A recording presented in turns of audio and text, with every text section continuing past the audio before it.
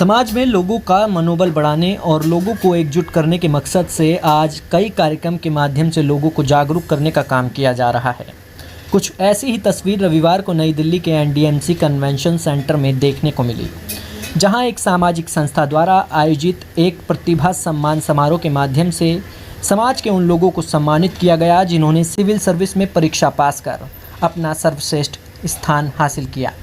समाज में जब प्रतिभावान लोगों को सार्वजनिक मंच से सम्मानित किया जाता है तो वह अन्य लोगों को भी प्रेरित करने का काम करती है।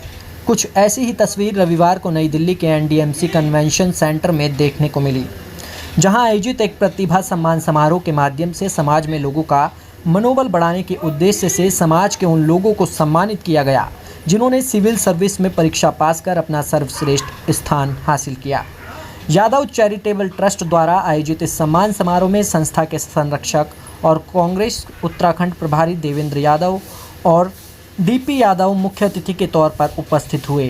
साथ ही इस दौरान समाज में अपनी उत्कृष्ट भूमिका निभाने वाले प्रबुद्ध लोग भी उपस्थित रहे। इस कार्यक्रम के माध्यम से उन लोगों को सम्मानित किया गया जिन्होंने सिविल सर्विस की परीक्षाओं में अपना परचम लहराते हुए बेहतर स्थान हासिल किया। आयोजकों ने सभी प्रतिभाओं को पुष्पगुच्छ और प्रतीक चिन्ह से सम्मानित कर उनका हौसला बढ़ाया।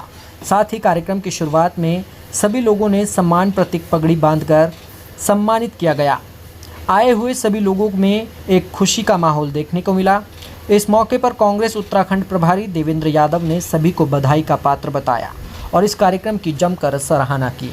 साथ ही कार्यक्रम में सम्मान पाने वाले प्रतिभागियों ने भी कहा कि ऐसे कार्यक्रम के माध्यम से अन्य लोगों को भी समाज के प्रति कार्य करने की प्रेरणा मिलती है।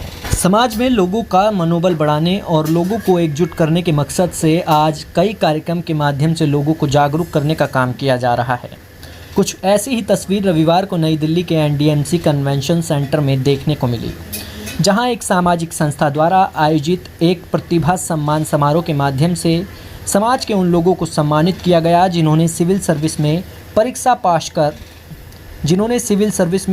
पास कर अपना सर्वश्रेष्ठ स्थान हासिल किया। देखिए, बात ये है कि आज का जो सम्मान समारोह था वो यूपीएससी 2023 में जिन बच्चों ने उत्तीर्ण किया है उनके सम्मान के लिए ये कार्यक्रम रखा गया था। यादव चैरिटेबल ट्रस्ट हमारा एक पुराना ट्रस्ट है जो लगातार बच्चों को प्रोत्साहित करने के लिए और धर्मशालाएं भवन बनाने में पहले से ही कार्यरत है। उसी क्रम में आज का ये कार्यक्रम रखा गया था। उम्मीद ये है कि जो बच्चे यहाँ से सम्मानित होकर जाएंगे वो कल समाज में जाकर निश्चित ही जो एस्पायरेंट बच्चे हैं जो जिनको आगे यूपीएससी या अन्य किसी भी खेल या प्रतियोगिता में हिस्सा लेना है, उनको निश्चित ही उससे ना सिर्फ प्रेरणा मिलेगी बल्कि ये बच्चे उनको मदद भी करने में अपना हाथ बढ़ाएंगे। हमारा ये कार्यक्रम निरंतर जारी रहेगा। इसके साथ साथ हमारी ये कोशिश है कि जो एस्पायरेंट्स बच्चे हैं उनको हम कैसे प्रोत्साहित कर सकें, उनको कैसे फैसिलिटेट कर सकें कि हमारे समाज के ज़्यादा से ज़्यादा बच्चे यूपीएससी, खेलकूद या अन्य किसी भी जो भी प्रतिभा उनमें है उसको हम उभारने में किस तरीके से मदद कर सकते हैं, वो यादव चैरिटेबल ट्रस्ट उसके लिए प्रतिबद्ध है।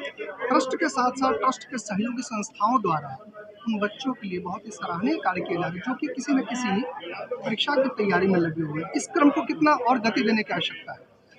ये विनोद भाई हैं जो इस ट्रस्ट के अध्यक्ष भी हैं और कुछ दिन पहले हमारी इस संबंध में चर्चा भी हुई है और चर्चा में यही निकल के आया है कि हम ज़्यादा से ज़्यादा बच्चों को चाहे उनकी कोचिंग में मदद कर सकें, उनको स्कॉलरशिप दे सकें, उनको हॉस्टल प्रोवाइड कर सकें, वो सारी चीज़ें अभी विचार में हैं और निश्चित ही जो अगली मीटिंग होगी उसमें इसके ऊपर फैसला करके किस तरीके से एक योजनाबद्ध तरीके से हम उनकी मदद कर सकते हैं उसके बारे में कार्य होगा। उसी पे काम करते हुए और हमने इस पे पहले होमवर्क शुरू किया हुआ है कि जो बच्चे पिछड़े समाज से आते हैं, अति पिछड़े हैं, उनको समाज से हेल्प की ज़रूरत है, हम उनको चिन्हित करके, जैसे आज आपने देखा होगा एक छोटा बच्चा जो एवरेस्ट की चढ़ाई कर रहा है, हमने उसको भी मदद की के तौर पे हेल्प की है। ऐसे हम अलग अलग प्रतिभाएं, अलग अलग समाज में जो लोग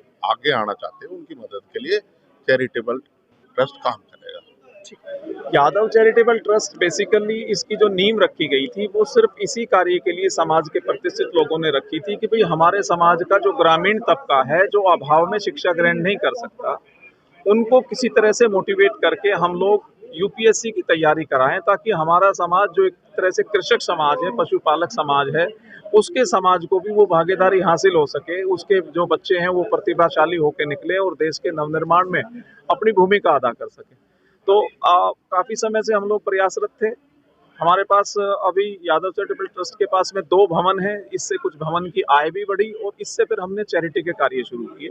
आज का जो ये कार्यक्रम है, जो हमारे समाज के देश के आज़ाद होने के बाद प्रथम बार लगभग हमारे 43-44 जो हमारी प्रतिभाशाली हमारे जो ऑफिसर्स चयनित होके आए हैं 2022 की यूपीएससी की परीक्षा में, उनको सम्मानित करने का सिर्फ मकसद इतना ही है कि हमारे समाज की भावी पीढ़ियां इससे प्रेरित हो सके और अपने इसी तरह से तैयारी कर सके, ताकि समाज में जो लोग अब इस बार चयनित होकर आए हैं उनसे वो प्रेरणा पा सकें। तो आज का जो मकसद था सिर्फ चैरिटेबल ट्रस्ट का अपनी उन प्रतिभाओं को सम्मानित करने का, ये अपनी युवा पीढ़ी को इसके लिए प्रेरित करने का ही मकसद है।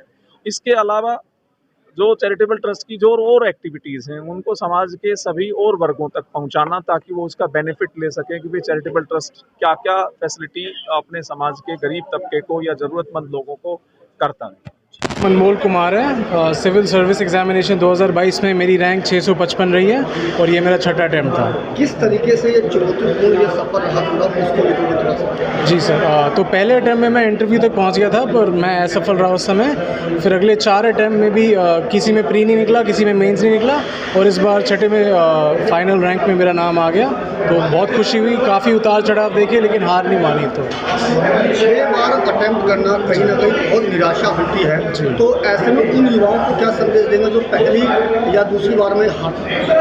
मैं बस यही कहूँगा कि ज़िंदगी में लक्ष्य पाने के लिए मेहनत बहुत लगती है, तो हार कभी मत मानना। चाहे कितने भी पड़ाव आ जाए, हार मत मानो और एक प्लान भी ज़रूर रखना कि अगर ये नहीं काम करे तो कुछ और कर लो। जिस चीज़ में इंटरेस्ट हो, जिस चीज़ में मन हो, उसी में जाओ, मेहनत करो, ज़रूर सफलता मिलेगी। जी, मेरा नाम दीपक यादव है।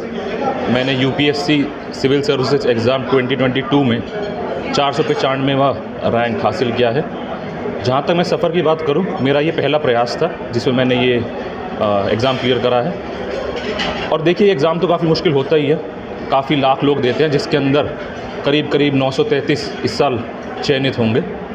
तो ऐसे कठिन एग्ज़ाम में सबको अपना आत्मविश्वास रखना पड़ता है और फोकस रखना पड़ता है। मेरा पर्सनल एक्सपीरियंस ये है कि जो गाइडेंस होती है उसका काफ़ी बड़ा फैक्टर होता है। तो मेरी सिस्टर हैं, वो भी सर्विसेज में हैं, तो उन्होंने मुझे गाइड करा, जिसकी वजह से मुझे लगता है कि मुझे काफ़ी फ़ायदा हुआ।